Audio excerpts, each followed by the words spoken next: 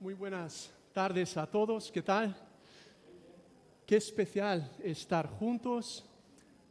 Bienvenidos a otra celebración de C29. Si nos estás visitando, estás en tu casa, quizás llegando a Granada por estudios, por trabajo, por una novia, por la razón que sea.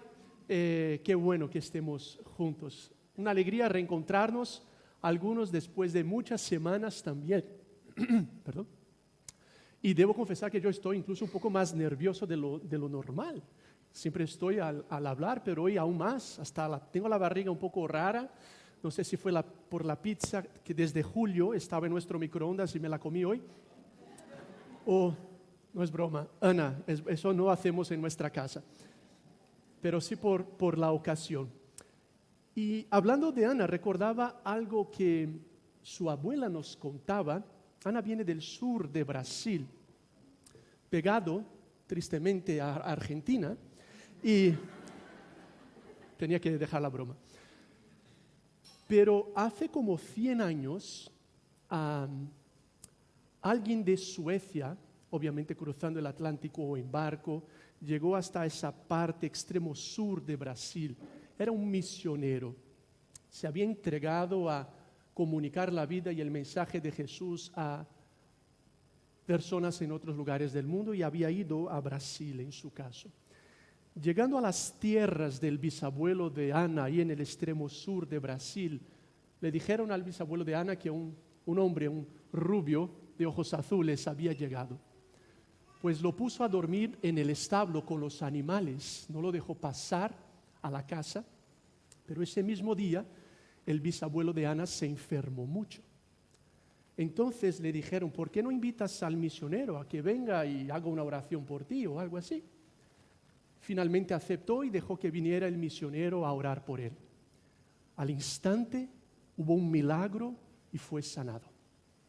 Eso le abrió los ojos y dijo, cuéntanos más, le estoy parafraseando, y abrió no solo su vida, pero su familia y ese lugar para escuchar más de la vida y del mensaje de Jesús. Ahí se estableció un grupo, una iglesia, y luego otras a partir de eso. Y nunca me olvido de esa historia, y hay muchas que podríamos describir, como esta semana, en una reunión, escuchando a un compañero de trabajo que es director para la región del norte de África y Medio Oriente, contándonos de tantos casos de personas en países islámicos que están teniendo sueños con Jesús. Y luego salen a buscar a alguien que les hable más de ese Jesús que se ha encontrado con ellos de manera sobrenatural en sueños o en visiones. Si no son casos esporádicos, está pasando muchísimo.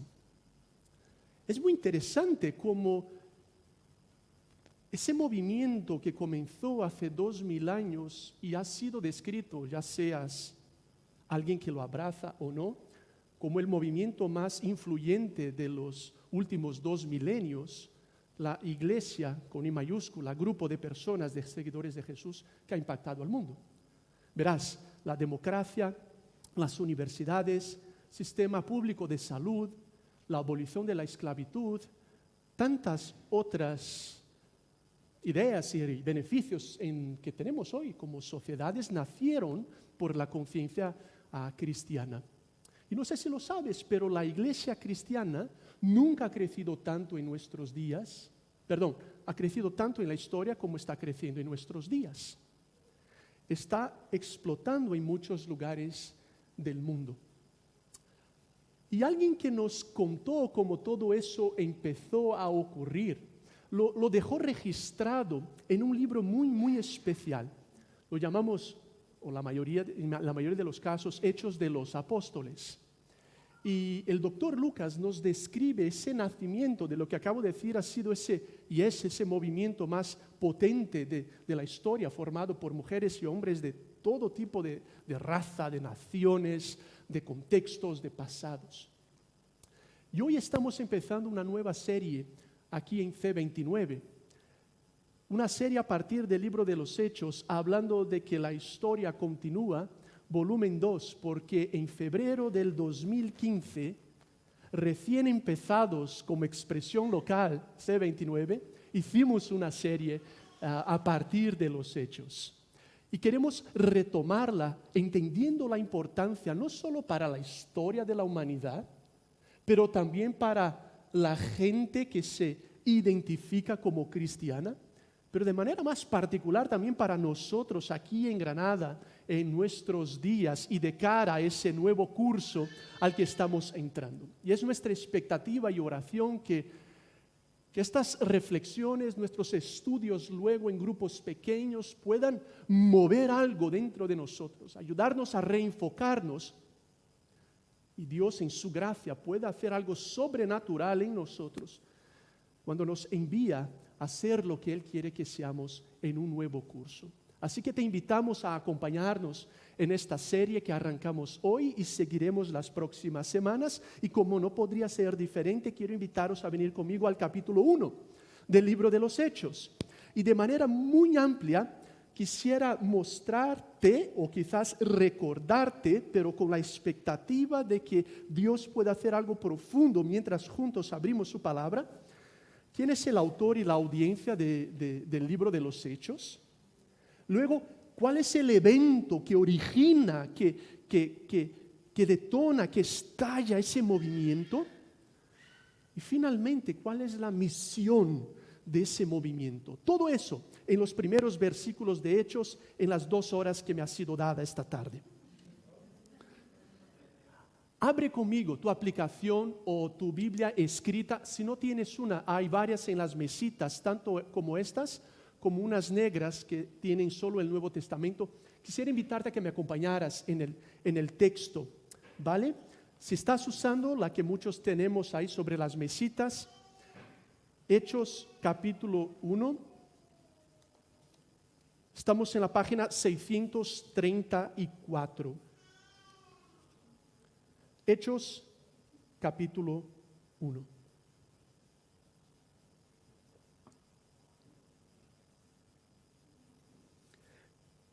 Estimado Teófilo, en mi primer libro me referí a todo lo que Jesús comenzó a hacer y enseñar. A ver un momento, déjame hacer una pausa y ya darte un poco más de contexto. Primero, ¿a quién le está escribiendo esta carta, este libro? Lucas, a un hombre llamado Teófilo, ¿vale? Que sepamos, fue una autoridad, un hombre con un puesto importante, posiblemente en el Imperio Romano, un hombre que había sido, como tantos otros lo estaban siendo, como tantos otros siguen siendo en nuestros días, transformado por el poder de ese evangelio, que quiere decir buenas noticias acerca de Jesús. Habría abrazado la fe cristiana, más bien la fe cristiana lo había abrazado.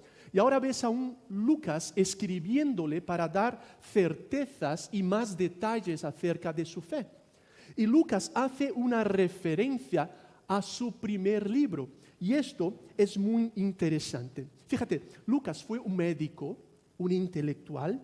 El griego que utiliza en sus libros es muy bueno. Es un hombre muy estudiado, ¿ok?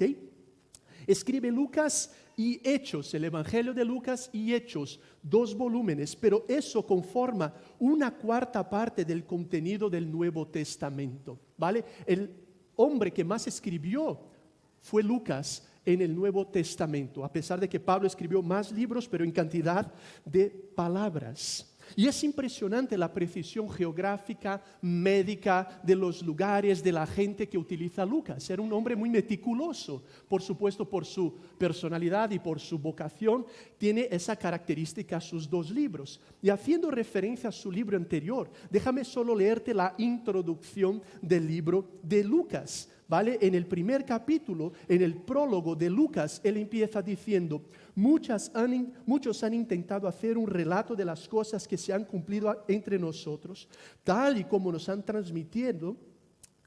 las transmitieron los que desde el principio fueron testigos presenciales y servidores de la palabra. Por lo tanto, yo también, excelentísimo Teófilo, habiendo investigado todo esto con esmero desde su origen, he decidido escribírtelo ordenadamente para que llegues a tener plena seguridad de lo que te enseñaron. Queda claro, por tanto, en su introducción en el Evangelio de Lucas, que luego la conecta en el libro de los Hechos, que Lucas, el médico, el teólogo, el historiador meticuloso, se había puesto a investigar y había escrito a Teófilo, una autoridad romana, para que tuviera plenas certezas de que eso que estaba creciendo, transformando a tanta gente, haciendo temblar las estructuras de la sociedad, avanzando con amor, con gracia, con paz, pero con poder,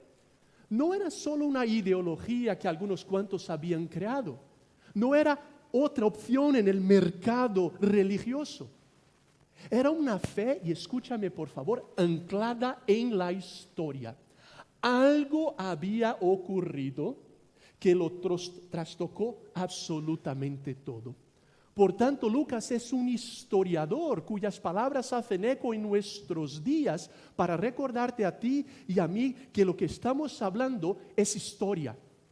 Esto realmente ocurrió. Y Lucas viaja con gente como Pablo, el creyente más influyente de la historia.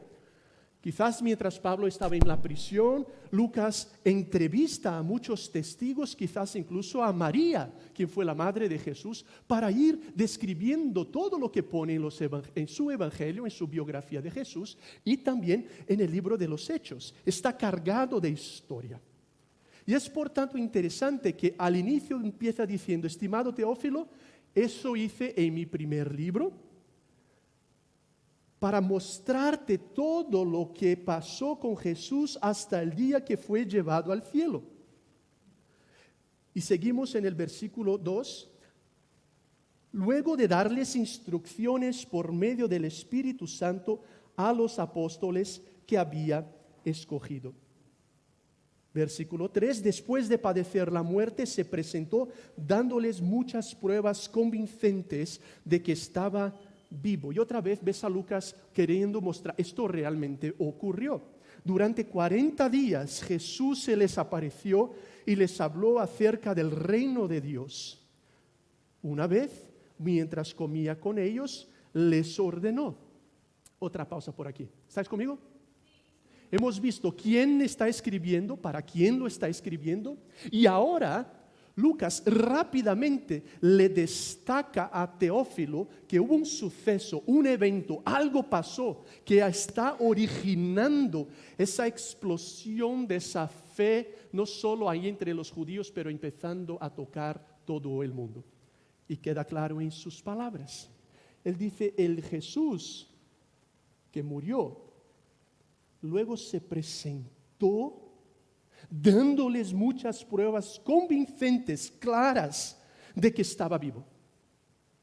Y de que esa gente no hablaba de un personaje influyente del pasado, no tuvieran vidas transformadas solo por sus ideas y enseñanzas, más bien están viviendo a la luz de un suceso, la resurrección de Jesús, que sería imposible que un grupo de judíos o de griegos, porque algunos pensamos, bueno, en ese entonces ellos creían que la gente resucitaba, ya nosotros somos más modernos, más listos y no lo creemos. No, mira, si estudias la cosmovisión de la gente de esa época, verás que los judíos no creían en la resurrección de gente de esa manera.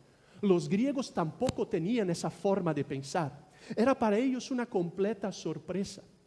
Lucas mismo nos muestra, después de la muerte de Jesús, los discípulos se dividen y están desanimados, se acabó todo.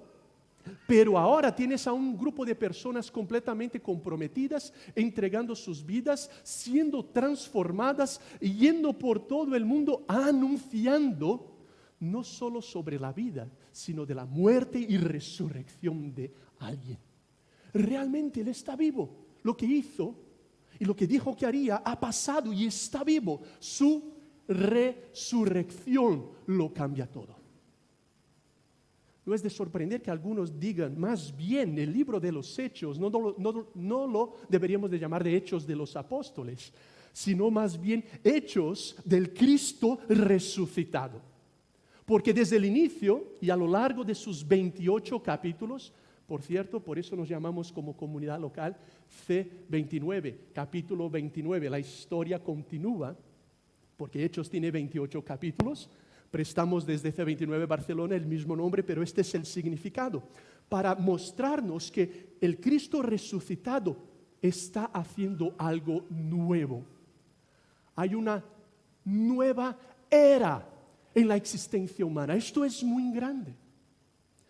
Bueno, esta semana todos obviamente estamos escuchando mucho de la muerte de la reina Isabel II, de la coronación de su hijo Carlos III, y algunos describen ese momento para Reino Unido, pero también en otras partes del mundo como una nueva era, por lo que ella significó y los cambios que ahora como nación, por ejemplo, se están viviendo en Reino Unido. Es interesante, por cierto, otro paréntesis aquí. Leía en la web de la televisión española las 10 frases que resumen su esencia de Isabel. Curiosamente, no pone ninguna sola frase que Isabel mencionara a Jesús. Pero un amigo, Michael Oates, puso en su perfil de Instagram algo que me pareció interesante. En los últimos 10 años, la reina Isabel pronunció 7,000 palabras en lo que eran sus discursos de Navidad, su discurso público a muchas naciones. Mencionó a Jesucristo en 19 ocasiones, más que casi nada o cualquier otro asunto en sus discursos. Por ejemplo, en 2011 dijo ella: Dios envió a este mundo a una persona única. No era un filósofo o un general, aunque sean muy importantes, pero un salvador con el poder para perdonar. Y esa reina fue alguien que confió que realmente en la muerte y resurrección de Jesús, no solo una era temporal de algunas naciones, pero una era existencial nueva había sido inaugurada. Usaría un término aquí que Lucas utiliza con frecuencia. El reino de Dios se había inaugurado. Con la muerte y resurrección de Jesús, Dios había entrado en la historia de forma definitiva. Había vencido a la muerte, al pecado, al diablo, había resucitado, era Señor de señores y sigue siendo, y ahora está extendiendo su reino. Y todo será diferente por causa de su resurrección. Y por eso sigue describiendo lo que nos cuenta Lucas, y ahora vamos a seguir en el versículo 4. Una vez que nos muestra a quién le escribe, nos muestra que este movimiento nace a partir del poder de un hecho histórico. Jesús resucitó y eso lo cambia todo. El mismo Pablo luego dijo: si Cristo no resucitó, entonces nuestra fe es vana. O sea, ¿por qué nos reunimos? ¿Por qué estamos aquí? Si eso no pasó, entonces recogemos y nos vamos.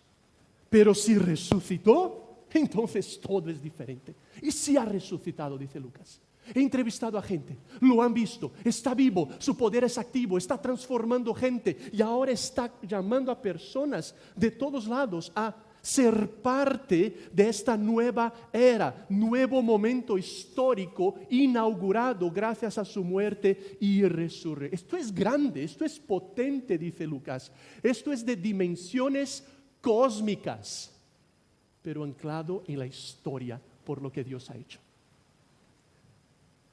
Así que sigue, versículo 4, diciendo: una vez, mientras comía con ellos, les ordenó: no se alejen de Jerusalén, Jesús a sus seguidores, ¿ok? Sino esperen la promesa del Padre, de la cual les he hablado. Juan bautizó con agua, pero dentro de pocos días seréis bautizados con el Espíritu Santo. Entonces, los que estaban reunidos con él, sus seguidores, le preguntaron: Señor, ¿es ahora cuando vas a restablecer el reino a Israel? Es tan curioso lo que está pasando desde el inicio, nos lo describe Lucas. Jesús dice, estoy vivo y resucitado. 40 días desayunó con ellos, comió, enseñó más, les dio pruebas de que había muerto y resucitado. Y ahora les dice, pero vais a hacer lo siguiente. Vais a esperar aquí en Jerusalén hasta que sobre vosotros haya venido el Espíritu Santo. No es una fuerza, no es una energía, es el propio Dios en mi persona que vivirá dentro de vosotros. Actuaré de otra manera en esa nueva era. No estaré físicamente, pero conviene que me vaya, dijo en otro momento, enviaré al Espíritu Santo para a través de vosotros hacer algo. Entonces, algunos dicen, entonces será ahora cuando tú restablezcas a nuestro reino, a Israel, nuestra nación, a su sitio. Y Jesús está hablando de una dimensión, pero sus seguidores, a pesar de haber estado con él más de 3 años, hablan en otro plan. Y piensan que Jesús, por ahora que sí ha resucitado, va a hacer de la nación de Israel otra vez una nación fuerte, una nación restaurada, libre tal vez del imperio romano que le dominaba. Jesús habla de un nivel y ellos le preguntan de otro. Y claramente están preocupados con ese poder que humanamente todos anhelamos. Ana y yo vimos parte del primer capítulo ayer de una nueva serie, Los Anillos de Poder. No sé si alguien ya la está viendo o ya está enganchado. Tiene conexión con el Señor de los Anillos, y el anillo, aunque se pierde al final, no os voy a contar lo que pasó hasta donde llegamos porque ni tiene nada que ver con el comentario, pero es un símbolo del poder que tanto de parte del bien como del mal estamos anhelando.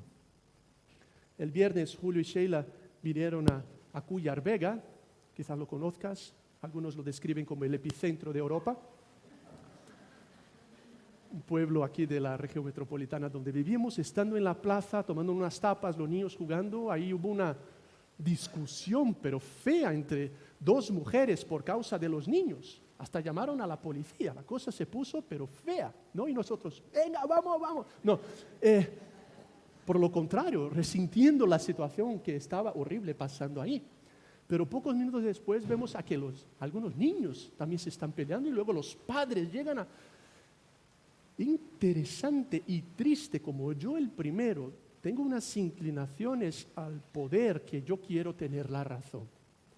Y yo aquí se hace como yo quiera. Y mi vida, mi familia, mi gente, mis ideas, mi forma, tiene que predominar. Mi nación también quizás. Y no deja de ser la clase de poder que conocían y anhelaban esos primeros seguidores de Jesús, ciertamente afectados por la primera parte de la Biblia y promesas de que Dios restauraría a la nación de Israel.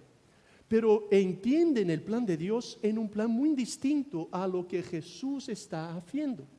Y sin querer enrollarte, pero conectarte y prepararte para lo que ahora dice Jesús, y es algo muy importante, porque habiendo Lucas mostrado el autor, la audiencia, luego el evento que origina este movimiento, les presenta a través de Jesús la misión, por qué existen, de qué se trata esto. Versículo 7. No os toca, dijo Jesús, a vosotros conocer la hora ni el momento determinados por la autoridad misma del Padre. Hay cosas que son misterio, dice Jesús, y a vosotros no os toca saber esto. Porque nos encanta tener ese control y saber cómo Dios va a actuar o meterlo en cajas o en ecuaciones, y dice Jesús, no os toca a vosotros. Incluso hay un texto impresionante en Deuteronomio que dice, las cosas reveladas le pertenecen a los hombres, pero las ocultas le pertenecen a Dios. Sepamos habitar en el misterio, navegar por aguas grises. No todo es blanco o negro, hay zonas grises en la vida. Y la fe en Jesús no es una propuesta de tener respuesta para todos, muchas veces es una invitación al misterio. Y ahí hay que saber habitar y confiar que Él sí está en el control. Y por tanto dice Jesús, versículo 8, aquí quiero acampar contigo en los últimos minutos. Pero cuando venga el Espíritu Santo sobre vosotros, recibiréis poder y seréis mis testigos, tanto en Jerusalén como en toda Judea y Samaria y hasta lo último de la tierra. Reorientándoles en su noción de lo que Dios está haciendo y de qué clase de poder Dios quería darles, Jesús les dice, tranquilos con qué pasará, cuándo pasará y exactamente qué hará Dios. Lo que es misterio, en sus manos está. A vosotros os toca estar preparados y listos para abrazar la misión a la cual os estoy llamando en esta nueva era que he inaugurado gracias a mi resurrección. Dios está haciendo algo en el mundo y os está invitando a ser parte de esa misión, de esa actividad. Puede ser un asistente, espectador o protagonista, cooperando con lo que Dios está haciendo. Jesús entonces les reenfoca en su misión y les dice, en algunos instantes recibiréis el Espíritu Santo. Y aquí les habla de su misión y les muestra quién les enviaría en esa misión, qué necesitarían en esa misión, dónde harían esa misión. Por favor, pon atención. Dice, vendrá sobre vosotros el Espíritu Santo.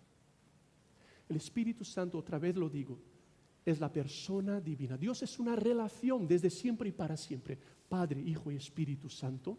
Una persona, por ejemplo, dice Pablo que Él se entristece, que Cristo enviaría su propio Espíritu, dice Él, vendrá sobre vosotros. Y eso pasa en el capítulo siguiente, en el 2, que se verá la semana que viene. Pero una vez que haya venido el Espíritu Santo, ahora todos aquellos que confían que Jesús es el Mesías, Salvador, que es el que dijo que es, reciben al Espíritu Santo en su vida. Es ese momento la Biblia lo describe como regeneración, nuevo nacimiento, que recibimos el Espíritu Santo. Jesús está hablando en el futuro, pero tú y yo miramos al pasado. Hechos 2 ya pasó. Pero ahora, cada hombre y mujer tiene la decisión de abrazar o no abrazar lo que Dios está haciendo en este mundo. Confiar que Cristo es quien dijo que es o no. Y si lo hacemos, si nuestra lealtad está en Jesús y Él hace lo que solo Él puede hacer en nuestras vidas, nos da de su Espíritu Santo y Él pasa a vivir en nosotros. Dios no solo está de nuestro lado, está en nosotros, no de todos los seres humanos, de aquellos que abren su vida a la voz de Dios y experimentan un nuevo nacimiento de Jesús. Por eso esto marca toda la diferencia. Y dice Jesús, cuando venga el Espíritu Santo sobre vosotros y les va dando nuevos matices de su misión, recibiréis poder. La palabra en griego es dunamis, es la misma que utilizamos en español para dinamita. Recibiréis poder. Pero no ese poder que nosotros anhelamos para controlar a los demás, para que nuestras formas sean establecidas, para que lo que yo piense sea... No, es otro tipo de poder, dice Jesús. Recibiréis poder al venir sobre vosotros el Espíritu Santo, para ser mis testigos. Porque, ¿sabes? Dice Jesús, no sois jueces de otras personas, tampoco sois abogados de Dios, sois testigos de Cristo. Y abrazar esa identidad lo cambia todo. Y el testigo, la palabra utilizada también en el griego, tiene la misma raíz de mártires. Seréis aquellos que han visto algo, han experimentado algo, han recibido algo y ahora lo anuncian lo viven, me representan y comunican lo visto, lo experimentado. ¿Dónde? Dice Jesús. Aquí mismo en Jerusalén, pero luego Judea, que era la región más amplia y alejada, Samaria, tierras en las que los judíos no irían, pero está diciendo Jesús, esto es para todos, y hasta lo último de la tierra. Y les habla de una misión, escúchame, local y global al mismo tiempo, como la describía Jacques Ellul, un filósofo francés. Es local, es aquí en Granada, Andalucía, España, Europa y hasta lo último de la tierra. Jesús no está diciendo es aquí, luego allí y luego allá. Es aquí y allá, al mismo tiempo. Es local. Y es súper interesante porque solo esta geografía sirve como forma, como estructura de todo el libro de los Hechos. Del 1 al 8 ves cómo los discípulos son testigos en Jerusalén. Del 8 al 12 cómo son testigos en Judea y Samaria. Del 13 al 28 ves cómo son testigos hasta lo último de la tierra en su entonces, que era hasta llegar a Roma. El Evangelio de Lucas, Jesús sale de Galilea y se va a Jerusalén, donde muere y resucita. En Hechos, los discípulos salen de Jerusalén y van hasta lo último de la tierra. Hay un movimiento contrario, que es el movimiento de la misión, de la función a la cual Jesús está llamando a sus discípulos. Y es muy interesante porque en Lucas capítulo 4, versículo 14, Jesús cuando empieza su ministerio, su trabajo, dice, el Espíritu del Señor está sobre mí, haciendo referencia al libro de Isaías, escrito 700 años antes, para mostrarles, yo soy el que esperabais. Y ahora el Espíritu de Dios está sobre mí. Soy Dios, pero el Espíritu está sobre mí. ¿Y qué pasa en Hechos 1? Dice, el Espíritu ahora os va a llenar a vosotros y seréis mis manos, mis pies, mi cuerpo. Y os enviaré, no para estar de vacaciones en esta vida, no para que sigas soñando con solamente tener ese cuerpo mejor y gastar 3 horas de tu día en un gimnasio. No solo para que te pases 3 horas al día en Netflix. No solo para que sigas soñando con el máster y el doctorado. No solo para que pienses que en esta vida lo más importante es tu sexualidad. No solo para que sigas esperando que vas a tener esa casa, luego otra casa mejor y tu éxito en la casa. Todo esto puede tener su lugar. Pero no olvides que recibiréis poder al venir sobre vosotros mi Espíritu Santo. ¿Para qué? ¿Para que seas conocido? Obviamente que no. ¿Para que la gente te abrace y seas popular? Obviamente que no. ¿Para que tengas una vida solamente buena en esta? Obviamente que no. Dice Jesús, recibiréis poder al venir sobre vosotros el Espíritu Santo y seréis mis testigos. En el Banco Santander, en la Universidad de Granada, en la academia donde trabajas, en la panadería de tu pueblo, por las redes sociales, en el partido de fútbol, en las calles, por donde quiera que estéis, os enviaré. Y os enviaré en amor, en paz, porque no es un reino de violencia, no es un reino de poder humano, no es un reino de quien levanta la voz más alto y se hace escuchar. Es un reino de gracia, del Rey que murió, del médico herido, del Dios hecho ser humano, cuyo poder, y escribió Pablo, flipamos con esas palabras, el mismo poder que resucitó a Cristo de entre los muertos, está actuando a través de vosotros, dice Pablo. Y Raúl, Valeria, y Juan, y Wes, y Elder, Martín, mañana lunes, cuando vayas al cole, cuando salgas por la calle, cuando cenes con gente esta noche, cuando estés con tus amigos en el bar, ese poder va contigo. Y es un poder sobrenatural que Dios nos da para que seamos sus testigos. Es un poder que F29 Dios nos da para que seamos testigos en Granada, pero no solo Granada. Nuestra misión es local. Es Granada, es Andalucía, es España y es por todo el mundo. Y somos llamados a ser sus testigos en su poder. Porque verás, yo no tengo capacidad.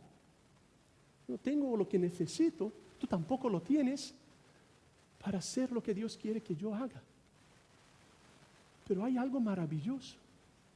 Y es que Él no solo quiere transformar nuestras vidas, sino usarnos. Jesús dijo, de vosotros correréis. No dijo lagos de agua, porque el lago recibe y se queda con el agua. Dijo, seréis ríos de agua viva, recibiréis y daréis. Tiene que correr. Tu vida tiene que tener un impacto eterno. Por supuesto que usamos nuestras vocaciones, tiempo, deportes, artes, vemos Netflix, todo eso para la gloria de Dios. Obviamente que sí, pero todo dentro del marco de la misión de Dios, dice Jesús. Por eso os voy a dar a mi Espíritu Santo.